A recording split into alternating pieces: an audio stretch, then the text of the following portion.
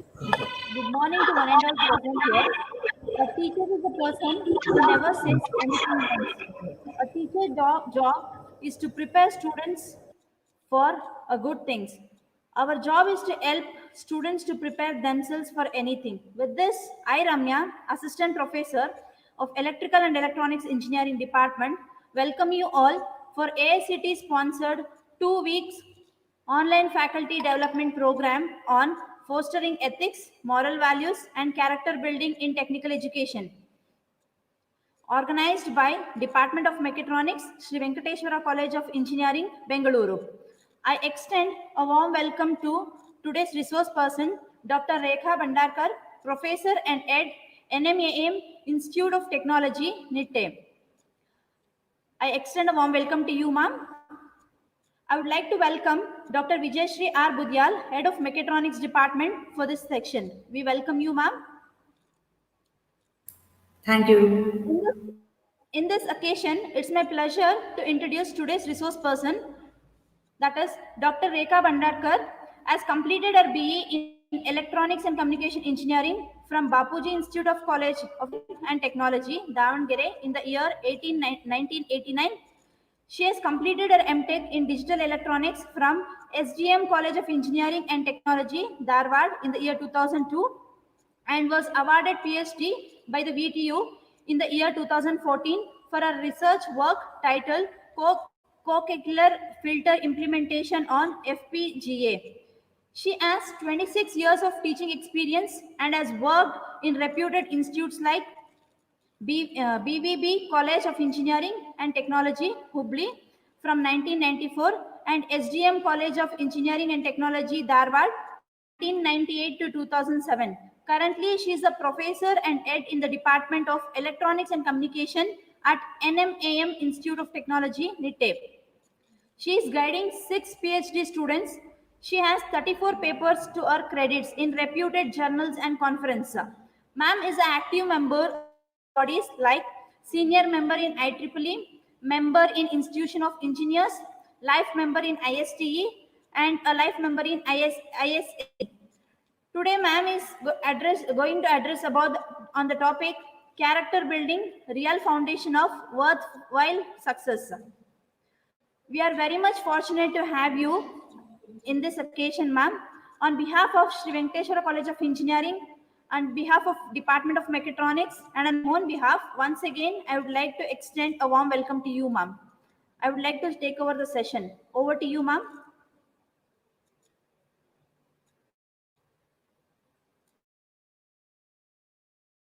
Madam, your voice is not audible, madam. Your voice is not audible.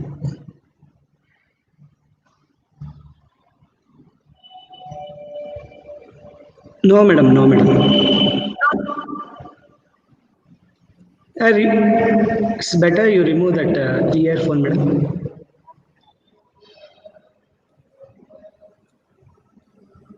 No, madam. No, ma'am. Not audible, ma'am.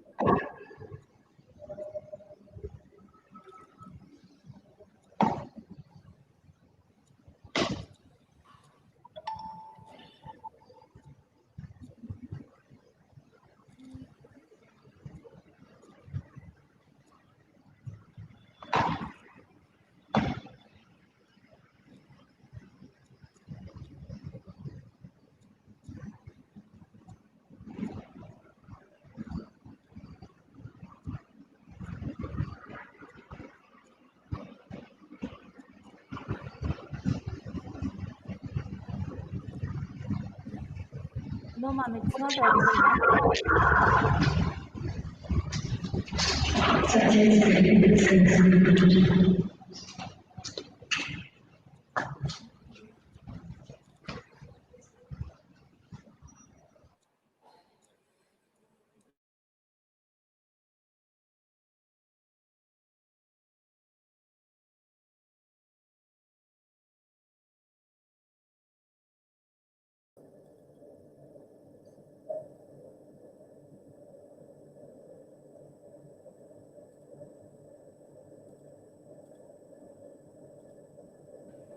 Ma'am, please check the volume in your computer. Hello. Morning, am I You, Yeah, audible ma'am. now? you are audible, madam. Now. Is my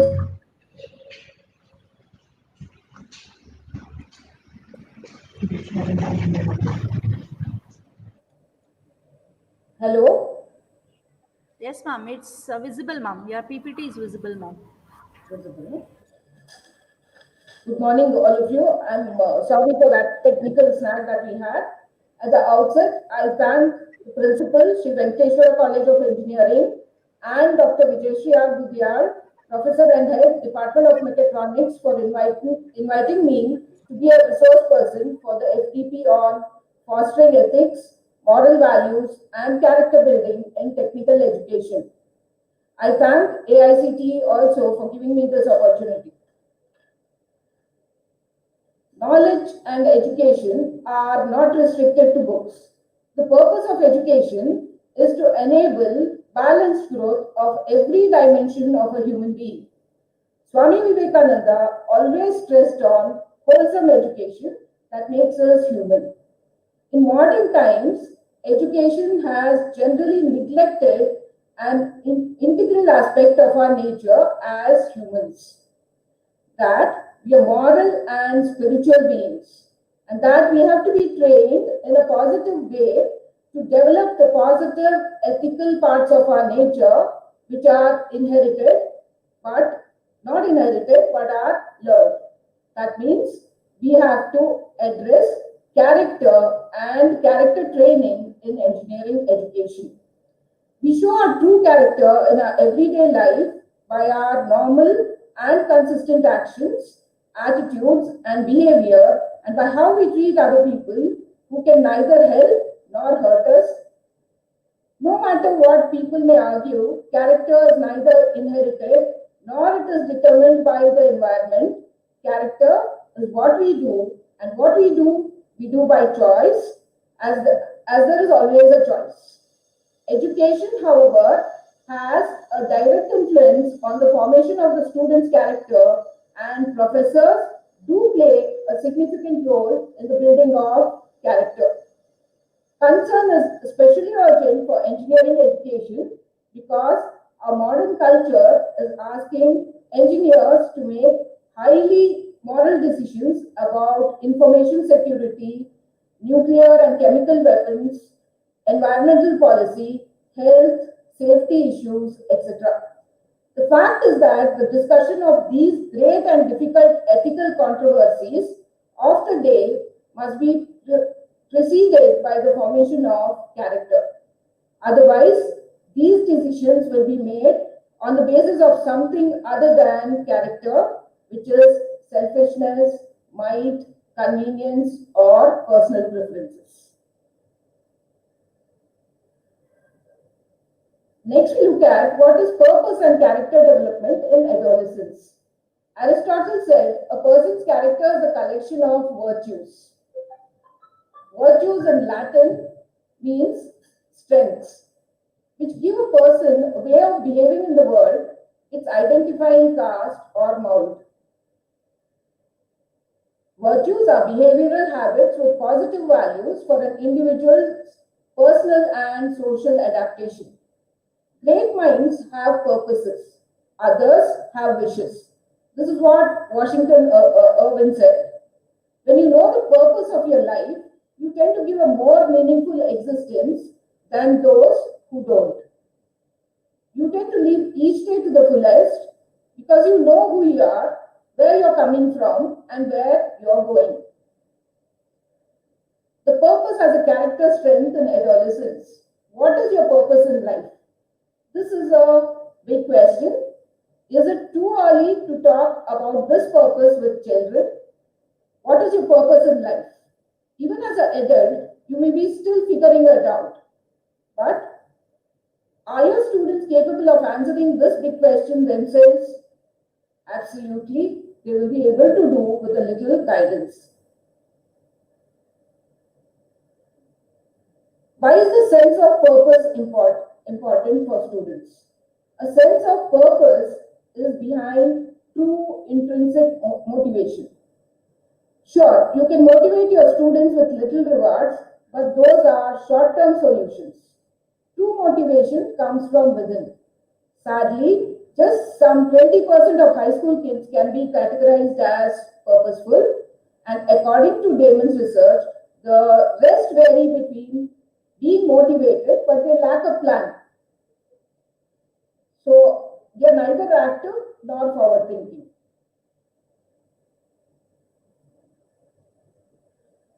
Fostering skills for the purpose. It really shouldn't come as a surprise that students who have a high sense of purpose usually also have good social and emotional skills. Of course, we aren't sure which came first, the chicken or the egg, the skills or the purpose. But just knowing that correlation, along with the impact it can have on the students' motivation, it is enough for us to take a closer look at how we can foster a sense of purpose in our students. How do we define purpose? Before we look at how we can foster a sense of purpose, let's define what a sense of purpose is. A sense of purpose must come from within a student. It can't come from teachers, parents, principal, or their friends. A student finds their purpose through what matters to them. To be truly motivating, a student's purpose must be important to them. They must decide what they want to be in life and how they want to contribute to the world. Of course, parents, teachers, and mentors can help connect the dots between what they want to do today and how will it lead to their future success in their area of interest. But all that you need to remember is the purpose should be their own. Making the effort towards their goals comes only with their sense of purpose and passion. No matter how much you push them, if they don't have the passion, not the purpose, we cannot do anything. It all starts with you. Aspiring to foster a sense of purpose in our students is a very daunting task, but still, it is very much possible. This is not something that can be forced on, but it is something that can be encouraged. But how do you encourage? First of all, we need to teach social and emotional skills.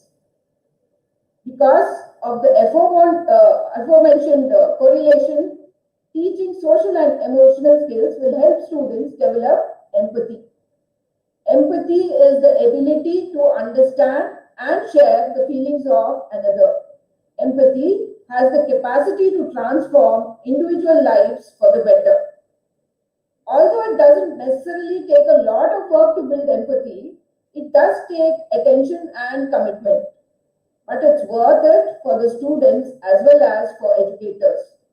Studies show that when young people have empathy, they display more classroom engagement, higher academic achievement, better communication skills, lower likelihood of bullying, less aggressive behaviors and emotional disorders, and they display more positive relationships. When we encourage students to be more empathetic, we are helping them create their opportunities for success, not only in academics, but in other aspects of their lives too. This valuable skill deserves more of our attention. You can see the difference between empathy and sympathy there. Empathy is I feel your pain. Sympathy is I'm sorry that you are in pain. You're sorry that he is in pain, but you're not doing anything about it. This is sympathy. Whereas empathy is you feel the pain. So you are able to relate better and you're going to take better actions there.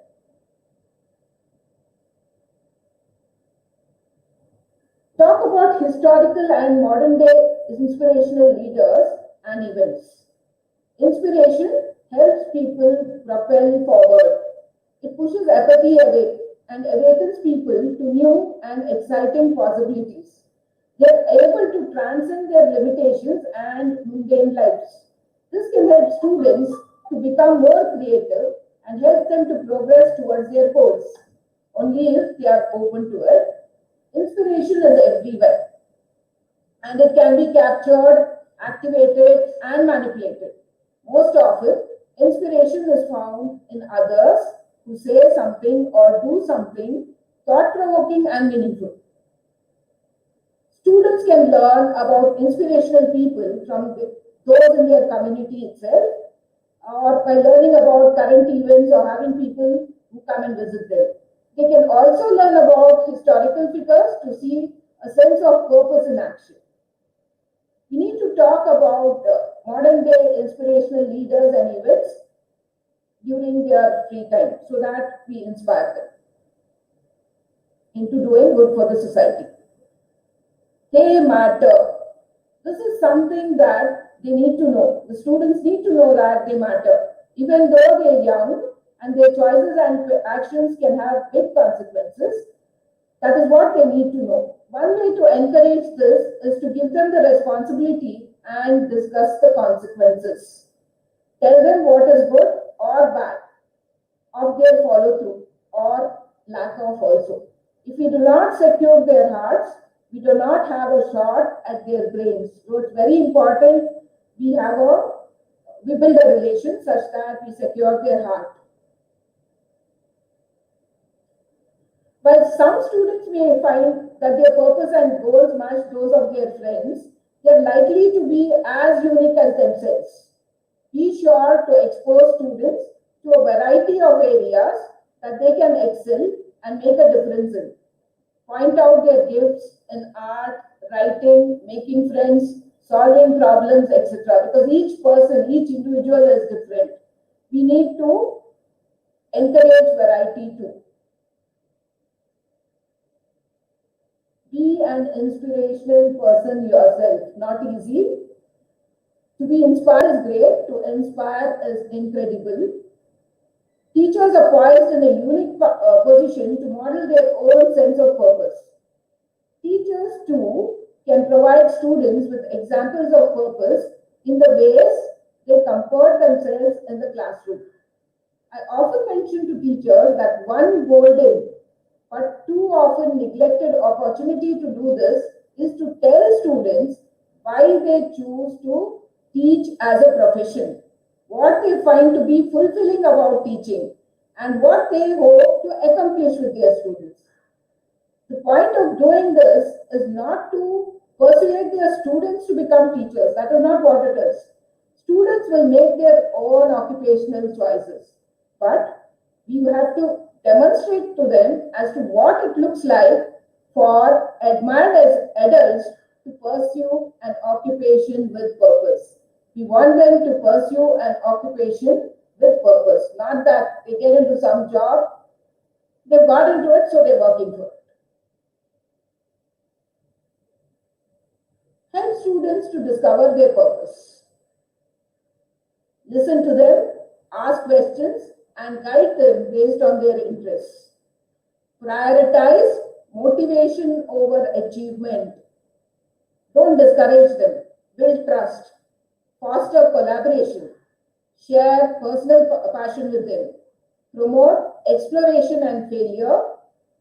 And talk about career exploration. Have students discuss and write about their purpose. This helps them in focusing on what they need to do.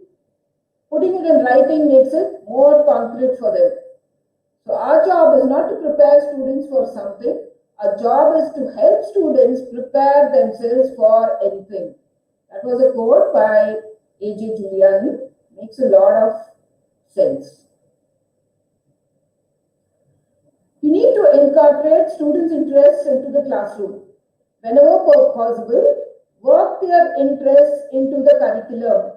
Encourage them to read about their interests and provide access to books that will help them learn more to follow their purpose. For example, you tell them you have to go through a particular text. Tell them what is the purpose that they need to go through the text. How is it going to help them in their technology in later life? How is it going to help them in visualizing applications? Just tell them to read a text, it will not interest them. Whereas you tell them you read this text, you will be able to build a system of your own which will do something to help mankind, or give them a specific application as to what they will be able to do if they read a particular book, then it will interest them better. sure your students know that there are no limits to their dreams. They can achieve, they can accomplish much more than they think they can. Encourage them to dream big. The bigger the dream, the better it is. It's important at the end of the day that your student feels that they have the capacity to explore their passion as well as purpose. How can you make them feel that this is a reality for them? When failure, discouragement, and fear will deter your students from moving forward as they chase their dreams. It falls to us, educators, to be the voice of reason that pushes each dreamer to embrace the challenges ahead. You need to help your students develop a clear vision of their dreams, which is fueled by their passion.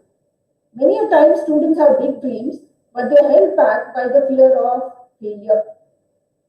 As educators, it is up to us to build confidence, courage, and resilience in our students. It is important that you do not only help your students to dream, but also give your students the right space as well as the tools to nurture their dreams. Provide an environment for them to share their dreams openly without being judged. Please don't be judgmental. Inform your students about their abilities and ask them to believe in themselves. Share inspirational stories whenever you get an opportunity. Equip them with the right skills and training to help them realize their dreams. There is a book which you can read, Ikigai. Ikigai is a Japanese concept. In Japan, millions of people have Ikigai, which is a reason to jump out of bed each morning. Your Ikigai is at the intersection of what you are good at and that which you love. If you're good at something and you love doing that, then obviously you have that happiness in doing it. Ikigai is seen as a convergence of four elements. What you love, that is your passion. What you're good at, that is your vocation. What the world needs, that is your mission. And what you can get paid for, that is your profession. If you're good at all these, obviously, you will discovering your own Ikigai is said to bring fulfillment, happiness, and make you live longer.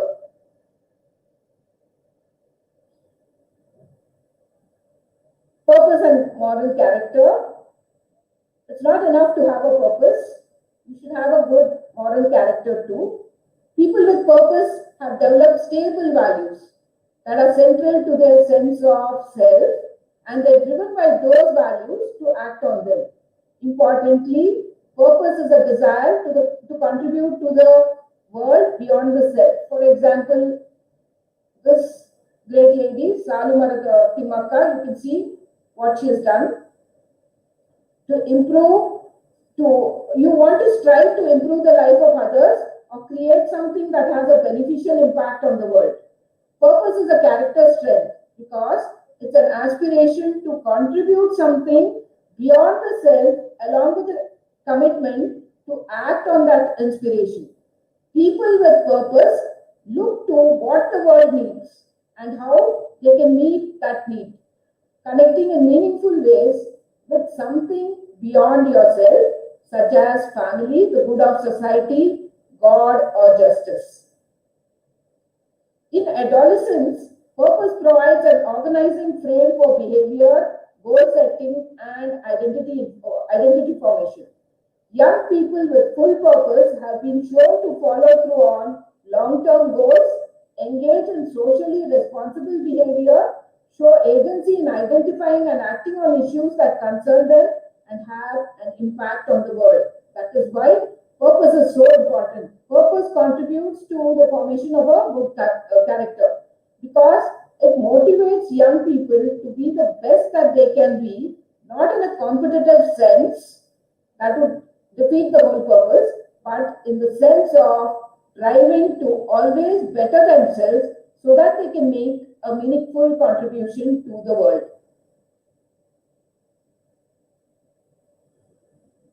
Next, we look at gratitude. The word gratitude is derived from the Latin word gratia, which means grace, graciousness, or gratefulness. Gratitude is a thankful appreciation for what an individual receives, whether tangible or intangible.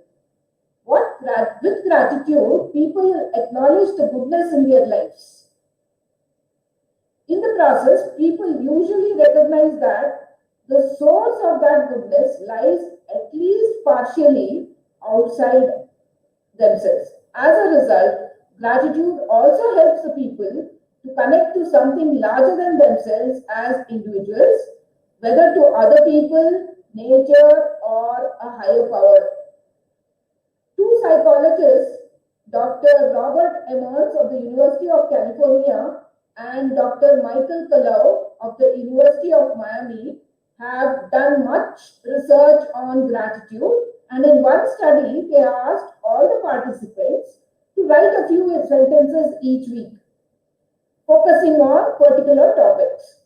So one group made them write about things that they were grateful for and what had occurred during that week. Second group was made to write about daily irritations or things which displeased them.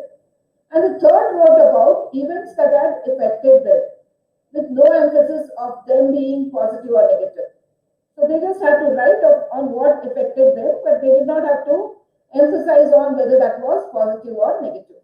After 10 weeks, those who wrote about gratitude were very optimistic and felt better about their lives. Surprisingly, they also exercised more and had fewer visits to these physicians.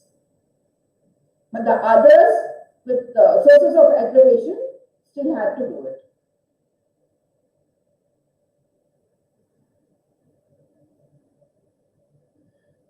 Here are 10 tips to fit gratitude in your life. Every day, say aloud 3 good things that happened, that mattered to you. Like maybe the few minutes of quiet time you had on your drive to work, or the fact that this afternoon's rainstorm did not flood your basement. If you're having a particularly rough day, you can look back through the pages of accumulated blessings in your life. You have a lot of blessings in your life. You can look back on that and so feel good. Say thanks to people in your life. People who express gratitude to one another set up a powerful feedback loop of intimacy and trust. You have better trust. Cool a hot temper with a quick gratitude inventory. One of the quickest ways to dispel the energy of a stormy mood is to focus your attention on what's good. So when you're about to lash at someone, take a moment to do a quick inventory of 5 things you're thankful for in the moment. It could be your good health, clean air, or even the delicious meal you just had. These details will help you relax and avoid saying something you will regret later. Needs a lot of practice though. Thank yourself. Gratitude always need not be focused on what other people have done for you. Make sure you give yourself the thanks too for the healthy habits you have cultivated in your own life, such as maybe simple things like drinking plenty of water or giving yourself enough time for resting each night. Thank yourself. Use technology to send 3 gratitude messages, maybe in a week. If you find yourself tied to your cell phone or the internet so many hours in a day, harness this power of technology to send out some good vibes. Savor the good moments. Moments don't last long. If you notice you're feeling happy, stop what you're doing and pay attention for a few minutes. Notice exactly how you feel, including the sensations in your body and the thoughts that you're having. Later, when you're trying to inspire gratitude, you can remember this moment and experience the benefits of these moments all over again. Check for silver linings. Even the most difficult life challenges come out with some benefits. You just have to look to find them. Being sick draws the compassion of friends. Making a mistake teaches you a lesson. When things feel hard, ask yourself, what's good here? Makes a lot of difference. Look outward, not inward. Robert Emmons says people are more likely to feel grateful when they put their focus on others rather than just getting caught up in their own inner narratives about how things should have gone. You start flipping if you see that, okay, I wanted it to work like this, it did not work. So instead of that, you feel grateful. When you're looking outwards, you feel more grateful. Empathy for others can trigger a sense of gratitude. And people who have an outward focus tend to experience stronger benefits. Change your perspective. If you struggle to come up with something to feel grateful for, put yourself in the shoes of someone who is experiencing misfortunes greater than yours. Recalling someone who has a devastating physical condition, for example, will inspire gratitude for your own healthy body, which you may have taken for granted otherwise.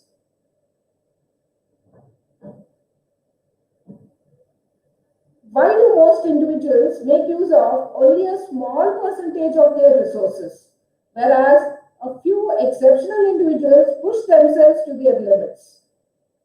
Why do some individuals accomplish more than others of equal intelligence? One personal quality that is shared by most high achieving and successful people is grit. Grit is defined as perseverance and passion for long time goals. Gritty people are often driven by distinct goals to persist through hardships, challenges, failures, and drudgery. Angela Duckworth, author of Grit, The Power of Passion and Perseverance, quoted, "Grit is living life like it's a marathon, not like living it as if it's a sprint." When students struggle with a task, they may believe that they lack the ability to solve the problem and therefore they give up. It is important for students to understand that it is okay to feel confused when learning something new, and actually, it is expected. We can teach students that making mistakes or taking a long time to complete an assignment is a normal part of learning and it is not a sign of failure. Teaching grit means helping students understand how to set and achieve their goals. When we teach students how to regulate their attention, emotions, and behavior, we empower them to pursue goals that are more important to them. Which sets the stage for helping each student reach their full potential. A very important virtue, integrity. What is it and why is it important? Integrity is doing the right thing even when it's hard or even when nobody is looking. Many people only do what they're supposed to because they know that an authoritative figure is watching. If someone is watching them, they do what they're supposed to do only because they don't want to get in trouble. That's not sincere. It's not in their heart, to be honest, because they're doing it out of fear of consequence. True integrity is abiding by the rules because you know that is the right thing to do. Integrity often means different things to different people. It's a very personal reflection of what someone considers to be the backbone of their own moral fiber. It often depends on a person's upbringing, social environment, life experience as to what constitutes an act of integrity. Integrity is doing the right thing, but through what context? Having integrity shows people what your heart is really like. Do you do things for the approval of others or you do things because you have a strong character? If you have a strong character, then people know they can trust you. That's important for any and every relationship that you have. If you have a friend who you know lies to other people, then you also can assume that they lie to you. If someone talks behind others' back, then you can also assume that they talk about you behind your back too. So they are acting in that way because someone is watching. No one wants to have a friend like that. If your parents trust you, then you will be given more freedom to do the things that you want to do. Trust is a hard thing to earn. But by doing what's right at all times, you will have trust with everyone around you. The billionaire Warren Buffett, CEO of Berkshire Hathaway, understood this premise by calling integrity the most important hiring trait you want in an employee. Buffett said, we look for three things when we hire people. We look for intelligence, we look for initiative or energy, and we look for integrity. And if they don't have the latter, the first two will kill you.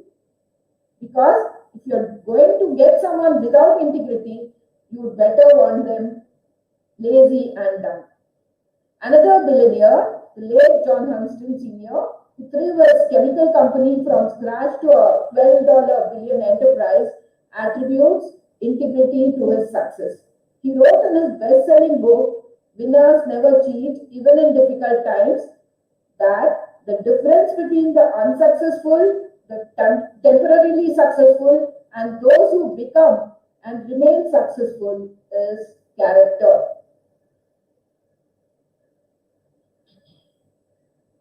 We live in an age where the end justifies the means has become the mantra for far too many adults who are role models for the younger generation. But as Buffett suggests, a lack of integrity comes with a high price tag. People normally rationalize their actions with seemingly valid reasons. At the end of the day, you need to look at what integrity means to you. How do children learn to be honest, respect societal norms, and act in ways consistent with the values, beliefs, and moral principles they claim to hold? Only if they have good integrity. How do teachers instill and reinforce a code of ethics in their classroom when evidence suggests high stakes testing fosters a culture of dishonesty? That's because, again, they look at integrity. Integrity is the basis of social harmony and action. Integrity is derived through a process of cultural socialization, influences from all spheres of a personal life.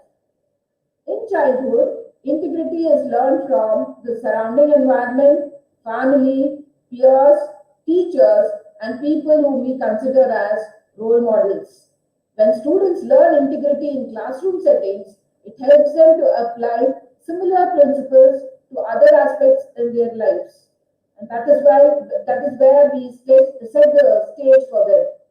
So it is very important that we bring integrity into classroom settings too.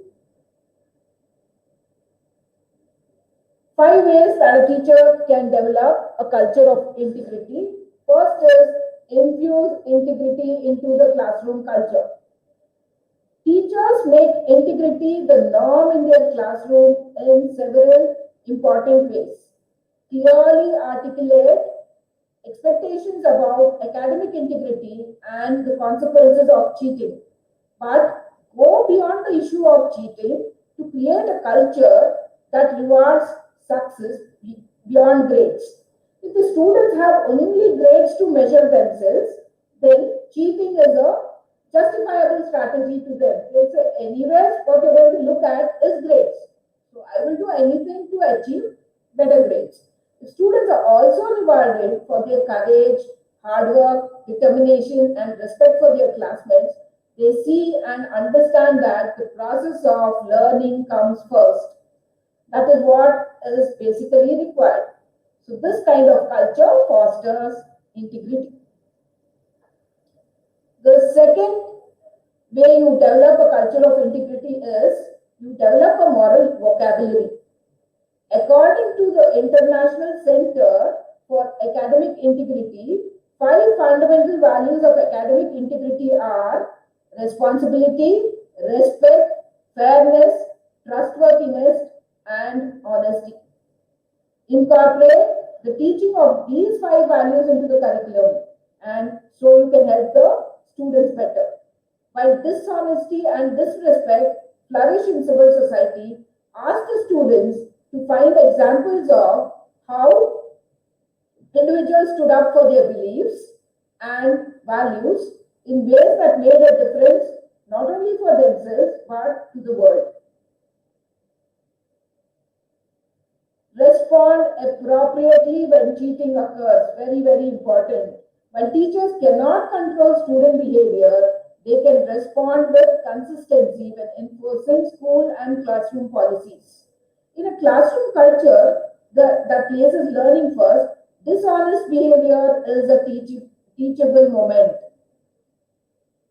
To help internalize learning, ensure that students reflect on and glean meaning from their behavior.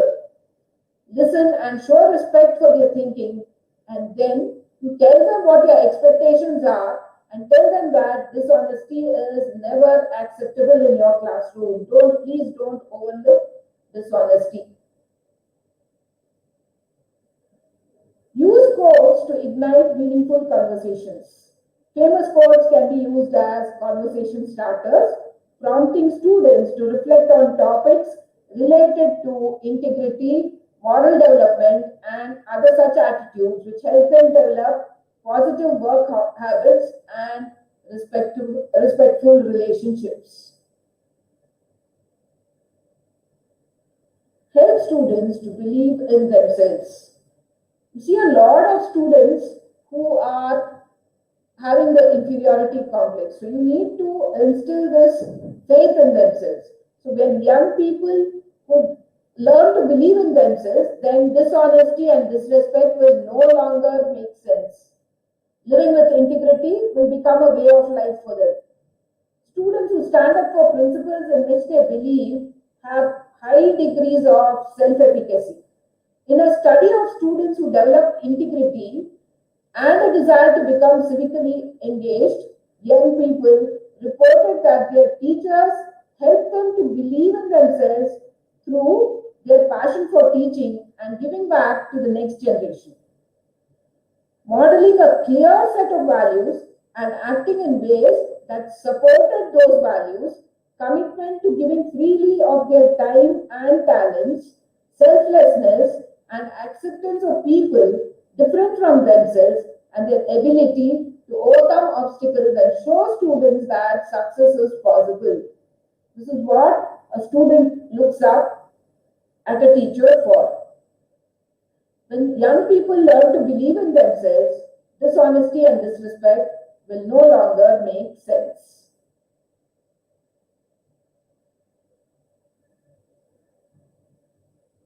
A lesson in academic integrity as students feel the injustice of plagiarism. Now, I'll be narrating a very small story to you. In an effort to make her lessons about plagiarism and the appropriate citation of sources more personal for students, in her rhetoric research classes, Professor Miller used an assignment which forces them into the role of a victim rather than a thief. The results of a most recent experience with this approach was very encouraging.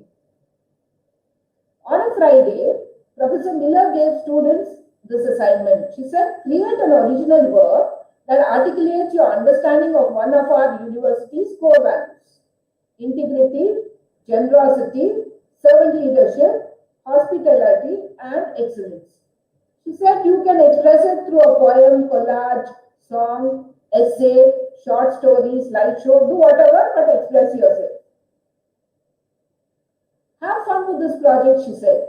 Try to impress me and your peers with your creativity. So she promised each person 60 seconds to share his or her creation with the rest of the class on the next day. Some of the students' projects were very carelessly assembled, like most of us say, but many of the projects were excellent. After everyone had an opportunity to speak, Professor Miller asked her students to move around the room and review the projects that had been shared and identify the one which they admired the most. They were free to claim any of the projects in the room. She told them that more than one person could choose the same project and that not all projects in the room had to be selected by someone. So she gave no other instructions. So the students were free to select their own projects or choose someone else's as the one which they admired the most.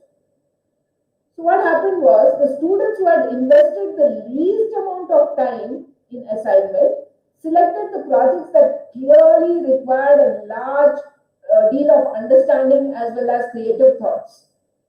So a few of the students walked around the room and returned to their own work. Most of the others wandered around until they found a project which was other than their own. That was what was told, and that they liked to claim as creative and admirable. Then she did a very shocking thing. She told the class that cross out the name of the person who created that project and write your own name in its place. And so when I grade these assignments, I will give credit to the student who claimed the work and not to the student who created it. That is when the session got very interesting. Initially, nobody spoke. Okay, she was looking at the students for another confirmation that she was not able to visualize whether they were hearing her correctly. So then she saw no expressions. Then she looked back at them. They were looking at her, and then one of them, they were still looking at her. They were expecting some kind of explanation from her. She played them down, and she's asking if they had any questions. Of course, they did. Several students asked her as to why she would do such a thing. Why would she give away their work to somebody who had not worked on it? Two were openly angry, telling her that giving someone else credit for the work that they had done was wrong. Several others said, if I had known you were going to let someone else to steal my work, I would not have wasted my time completing the assignment in the first place.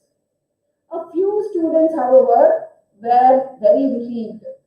So Professor Miller asked one of the students who had not done the assignment how he felt about this new arrangement. He said, well, I feel pretty lucky right now, like I'm getting something good for free. But I also feel guilty, please notice, but I also feel guilty for accepting a grade that I did not earn. So he had a conflict. And the other students in the room were compassionate, they were not enraged by his willingness to exit the meeting. One of the defenses for the students' reasoning was that the consequence for taking credit for someone else's work was significantly smaller than the consequence for taking a zero for his own failure to complete the assignment.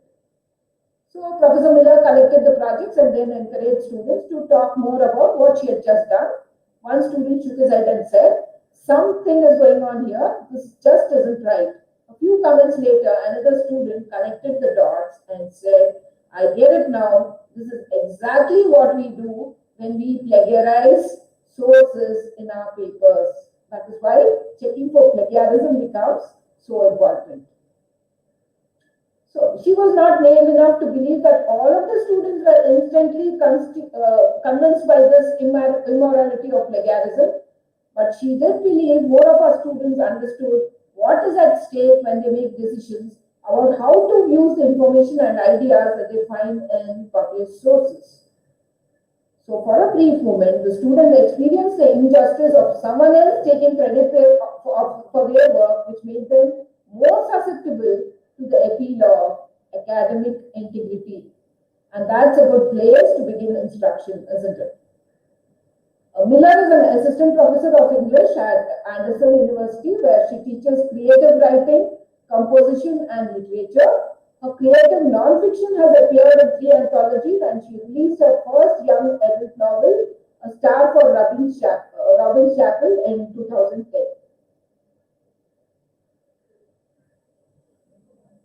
Volunteering and character development. What has volunteering got to do with character development? You make a living by what you get. You make a life with what you give. This is a famous quote by Winston Churchill. One such act of giving back to the society is volunteering. Volunteering can be a very humbling experience, allowing one to see the world in a different way. There's also a strong sense of achievement and pride that comes with generosity of giving up your time for a worthy cause. It's an extremely rewarding experience, and students may even find themselves putting their own problems into perspective. Each person possesses 24 character strengths in different degrees. You can see there are 24 character strengths, and each person will have each of these character strengths in different degrees. So each person will have a unique character strength profile. Each character strength falls under one of the 6 broad virtue categories, which are universal across not only cultures but also nations. So the categories that we have are wisdom, courage, humanity, justice, temperance, and transcendence.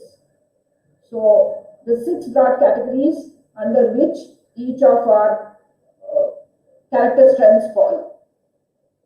So volunteering can help achieve these virtues, and that is why a student should be engaged in volunteering.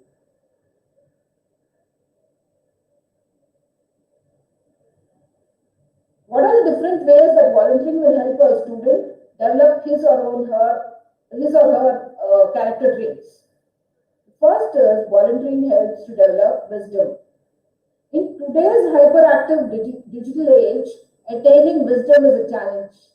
With tablets and phones and the various apps constantly vying for our immediate attention, it is increasingly difficult to find the time and mental space for making meaningful connections or engaging in the deep conversations. Reflection, emotional awareness, empathy, compassion, which is necessary in its pursuit. Volunteering expands the gaze of wisdom and knowledge. New experiences produce new perspectives which give a greater depth of understanding and a broader worldview. Spending time with other people in whatever volunteer capacity will create human connections and which will transform the person who is volunteering. It builds confidence and courage. A really unique thing about volunteering is, as opposed to any other work project, is that it builds confidence and courage by virtue of making an impact in a new and challenging setting. Speaking to new people will open one's mind to different cultures and opinions, spurring on self-confidence. Listening to others will let them learn, love, and spark a light within them. Putting themselves into sticky situations will only allow them to grow in self-assurance. The third factor that you see is it builds empathy and connects oneself to humanity. Research shows that those that volunteer feel more loved and feel happier. Spending time with other people in whatever volunteer capacity will create human connections which will transform them.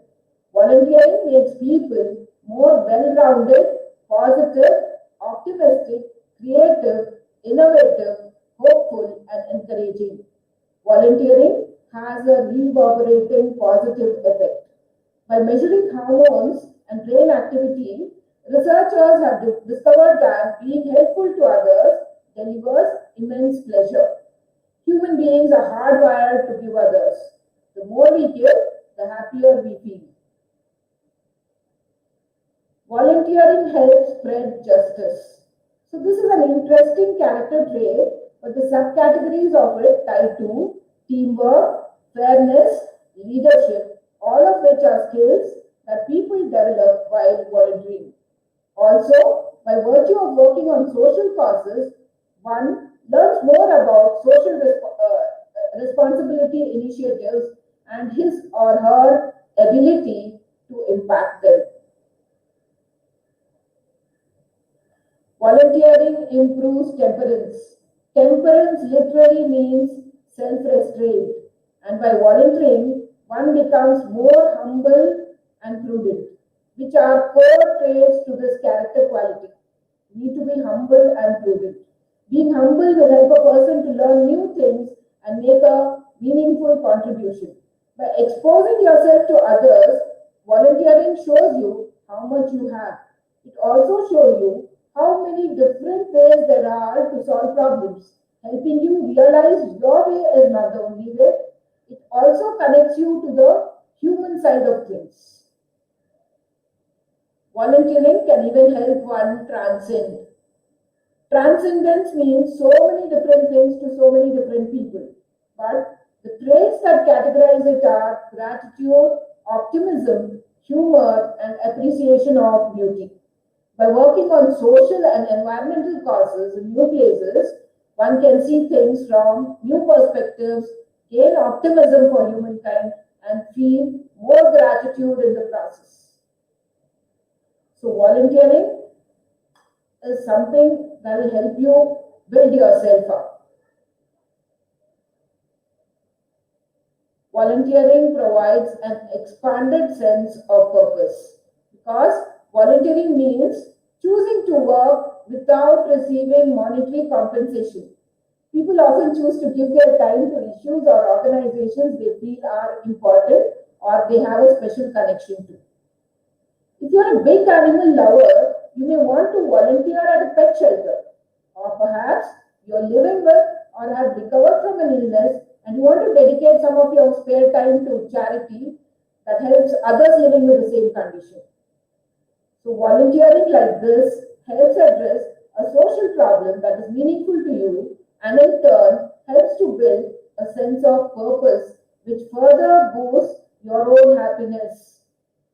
So there's no comparison to volunteering. Monetary gains cannot give you the kind of returns that volunteering gives you. Next, we need to look at how to build self-esteem in students. Self-esteem is how much people value themselves and how important they believe they are in their world. Youngsters with positive self-esteem feel confident and capable. They value themselves and their abilities. They're proud of the things they do and want to try their best at it. When students are confident and secure about who they are, they're more likely to have a growth mindset. That means they can motivate themselves to take on new challenges and cope with and learn from mistakes. They're also more likely to stand up for themselves and ask for help when they need it. So, when you believe in yourself, you're accepting who you really are. You can see here, I won't do it, I can't do it, I want to do it. How do I do it? I'll try to do it. I can do it, I will do it. Yes, I did it. So, when you believe in yourself, you're accepting who you really are. You're not afraid to give your opinion and you're going to be proud of this person you're becoming. When you believe in yourself, you feel like you can handle the world. Positive energy and a little confidence gives a major lift. You don't need those three coffees to start your day with on Monday morning, like me. If you're happy with yourself, you feel better about everything, which puts you in a great mood all day long. If you believe everything is going to be fine, it will. It's called the law of attraction. You attract the things you wish for. When you feel good about yourself, you can inspire and motivate others with your story.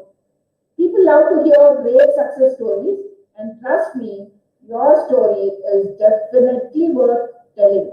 There is no space for negativity in your life. You have goals to reach and deadlines to catch. So when you believe in yourself, you'll be surrounded by positive people that bring a good, relaxing vibe. Even though true beauty starts on the inside, once you believe in yourself, you will see it on the outside as well. People will appreciate you for who you are. When you believe in yourself, you exude confidence that will make you respected.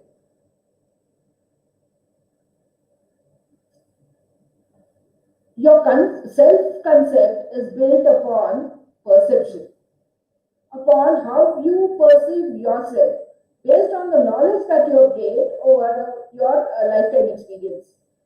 When it comes down to it, A self-concept is a perception that you have of your image, your abilities, and in some ways a perception of your own individual uniqueness.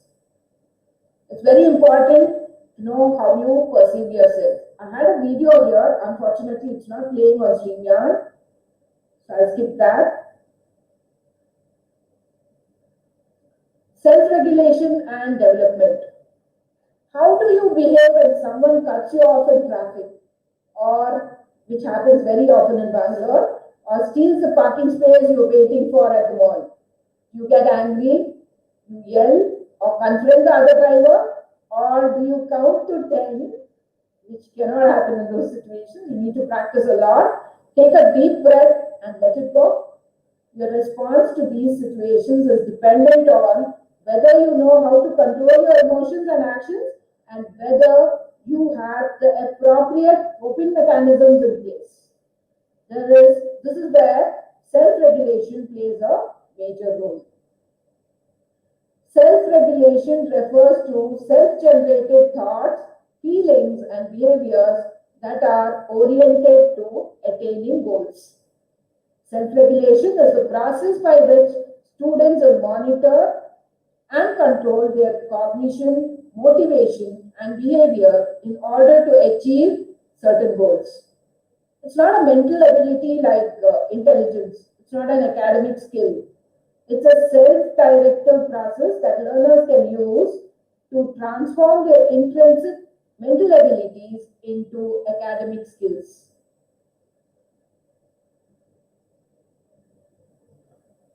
Why self-regulated learning?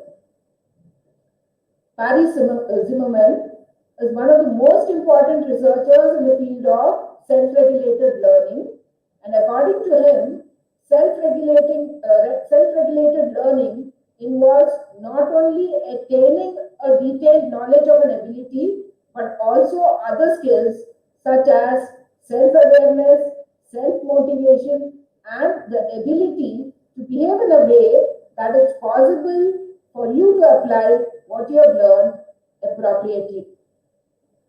Self-regulated learning involves establishing goals and then choosing the right strategy to reach those goals.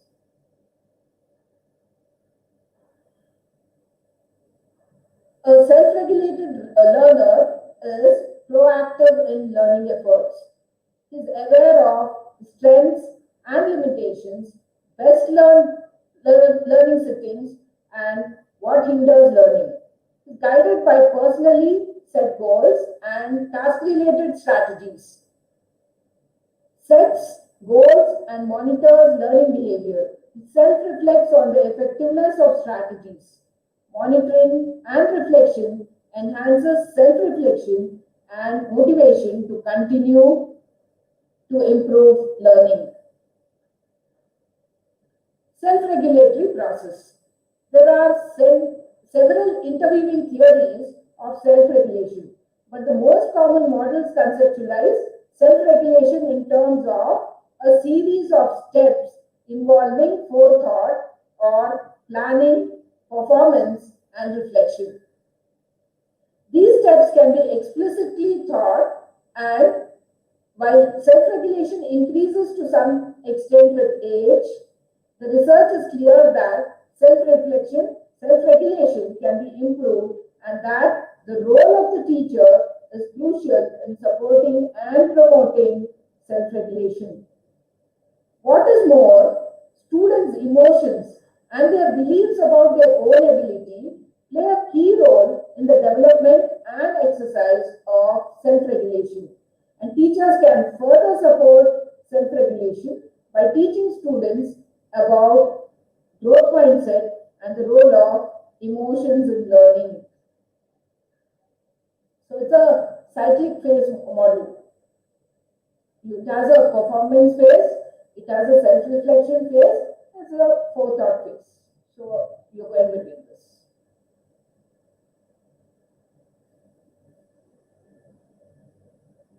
So what happens in the forethought phase? You have task analysis there. It is the initial phase in which the students approach the task analyzing it, assessing their capacity to perform the same task with success, and establishing goals and patterns as well as plans regarding how to complete it. The task interest and the goal orientation plays a crucial role to achieve adequate planning and performing the task appropriately. In this phase, the students do two main activities.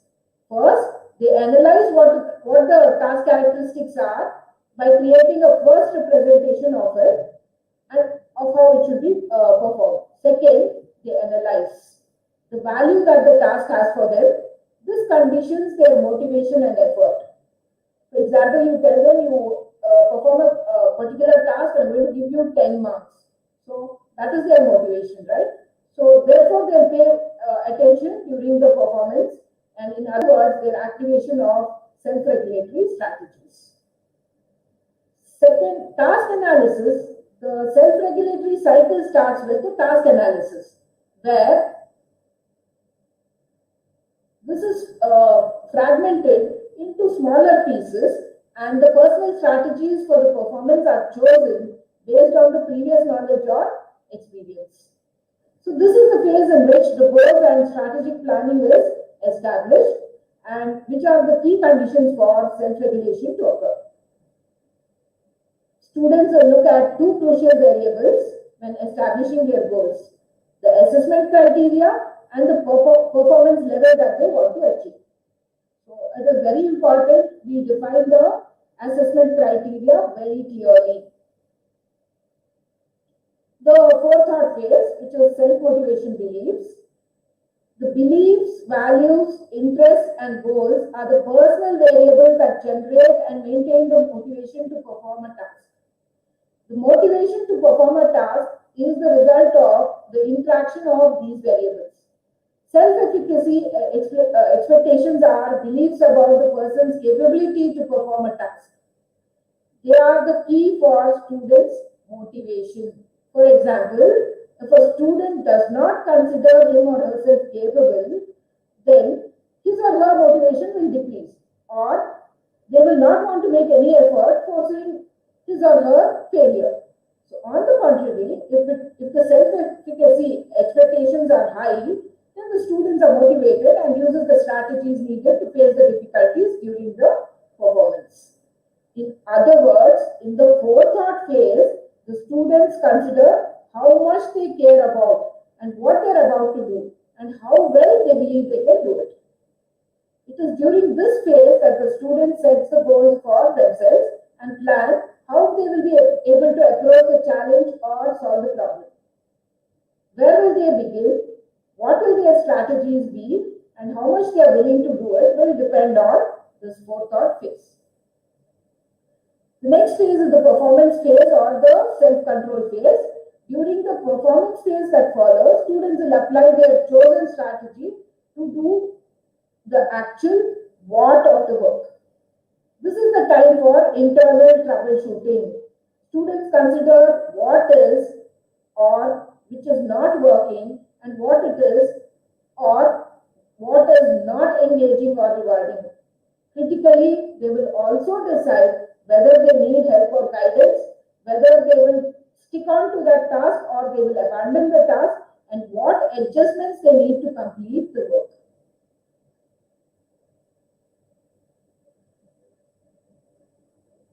So finally, during the self-reflection phase, the students respond to and reflect on the task and its outcomes. How much effort did they invest? What worked with and what did not work? Okay. What approach might be a better choice next time? Ideally, students will apply these self-judgments to future learning, which will then affect the next forethought phase. So coming a full circle, developing self-regulation is an iterative process. So they need to go through all these phases. That is the performance phase, the self-reflection phase, the forethought phase. First it is the forethought, then the performance, then the self-reflection. Again they will come to the thought. So this goes on repeating.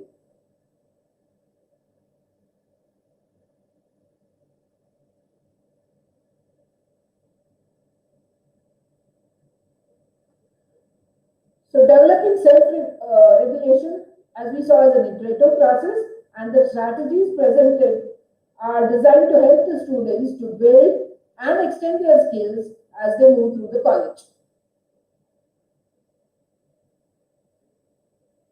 Next, we look at the role of a teacher in character development. In universities, students are members of a small society which exerts a tremendous influence on their moral development. Teachers should serve as role models to students in the institution.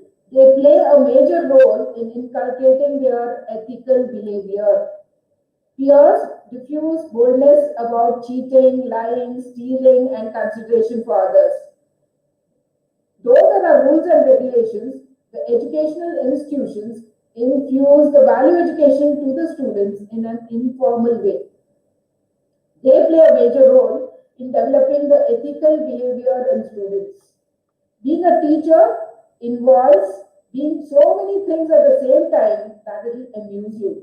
You become a second parent to those students. Many times you become a social worker, a psychologist, a therapist, a simple listener.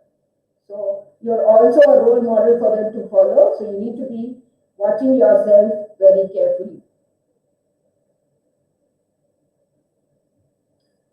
The traditional Gurukul system in ancient India of imparting education transformed the personality of the pupils. Spiritual wisdom was what was imparted through spiritual gurus, and a strong foundation of ethical values was laid down. These gurus prepared the students to become responsible citizens and contribute in social welfare. They could channelize their energy for the betterment of the society. Positive vibes coming from the inner spirit infused within them high regard for spiritual aspects. Gurus imparted knowledge of the past, present, as well as of the future. They were known as Trikala Jnanis. Education stood for emancipation, ennoblement, and evolution of the human beings. In ancient India, the instructions of a teacher to a student would start as follows. They were called Guru and disciple, right? Guru Shishya Parampara. Let your conduct be marked by right action, including study and teaching of the scriptures, by truthfulness in the world, in word, deed, and thought, by self-denial and the practice of austerity, by poise and self-control, by performance of the everyday duties of life with a cheerful heart and an unattached mind. Deviate not from the path of good. Revere greatness. In ancient India, the Vedas, the Upanishads, the epics manifested and upheld the values of Indian society. More importance was given to morality, honesty, duty, truth, friendship, brotherhood, etc. So there were the themes of Indian culture and society. Imparting value education and reforming the society were the only aims and objectives of the teachers of the ancient age. The ultimate goal of the whole process of education was to unravel the truth, to manifest the perfection already in man, to combine knowledge with compassion and efficiency with moral excellence. The present education system deals with imparting knowledge of aparavidya, that is, studies of physics, chemistry, history, biology, etc., as well as the knowledge of scriptures and Vedas. The knowledge which we possess through the present education system is aparavidya, which means although we have the knowledge of the world, we do not have the knowledge of our own self, of the supreme reality which is beyond time and space. we get knowledge of the external world only. Today's education system is designed in such a way that a human being will achieve materialistic success and superficial achievements, but he will lack virtues like kindness, honesty, compassion, righteousness, peace, love, non-violence, etc.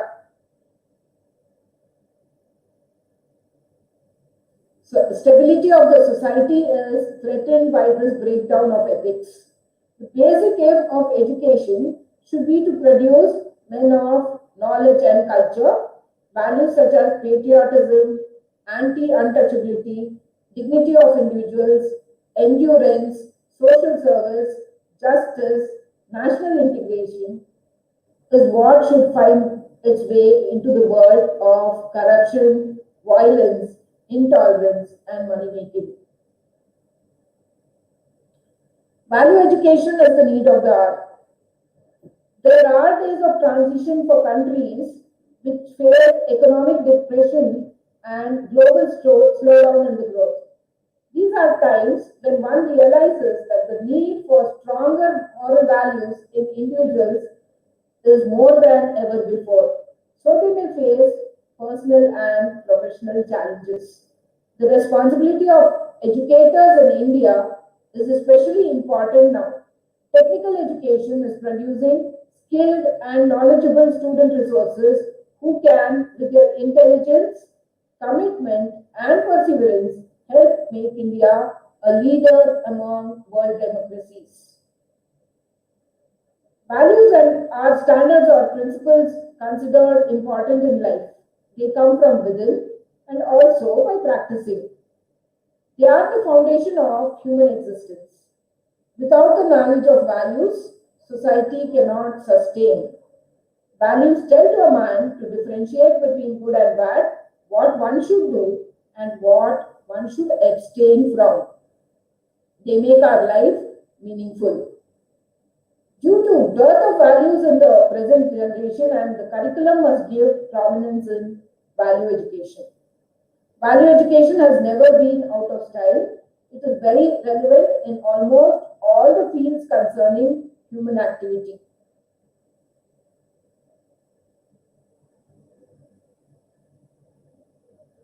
Today, we have outstanding doctors who are into organ robbery, brilliant engineers whose bridges collapse, accountants who rob government treasury, civil servants who rule as emperors, politicians with fake promises.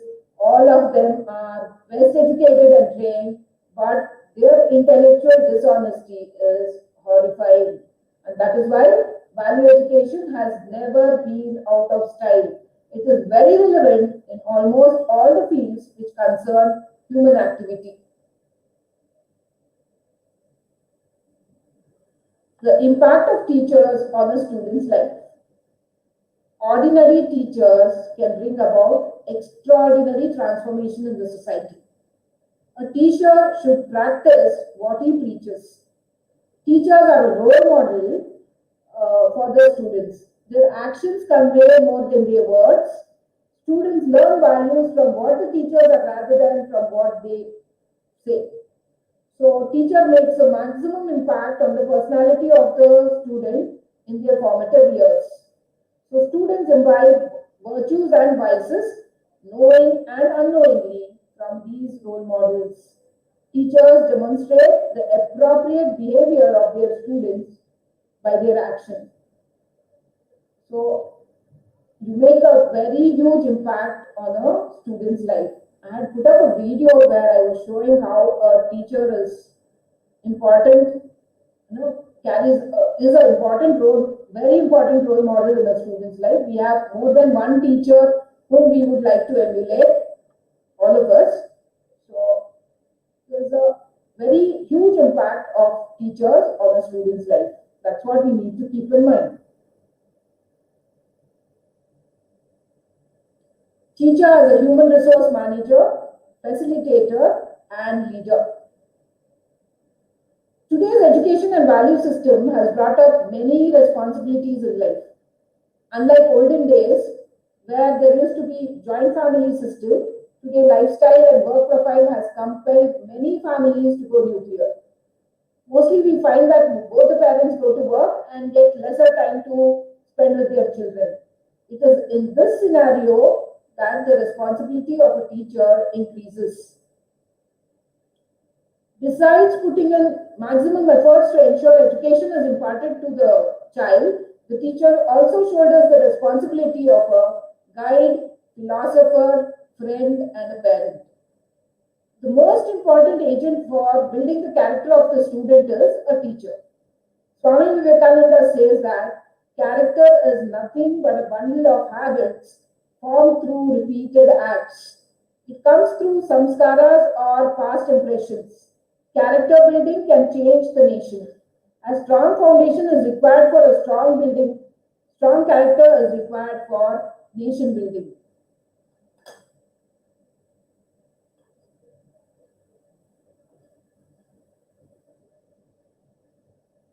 With that, I would like to conclude that educational institutions should build students' resilience, fuel their curiosity, and let them aspire high. In short, institutions should prepare students for life rather than any particular university or career choice. When learners are encouraged positively on how to behave, they gain a sense of value that includes caring for other people, being honest, responsible, and among other things, making for great and upstanding people in the future. The mission of character development is to help the youth to build their foundation of values and character strengths which will last them a lifetime because character can take a person where talent might not take him. Students learn from their teachers or people who guide them and they pass on the values as they advance in life. Teachers' priorities, principles, and examples of good behavior can help young people to take high road in their lives, regardless of the challenges that they may come across. Those are the references from which I compiled this material. Thank you.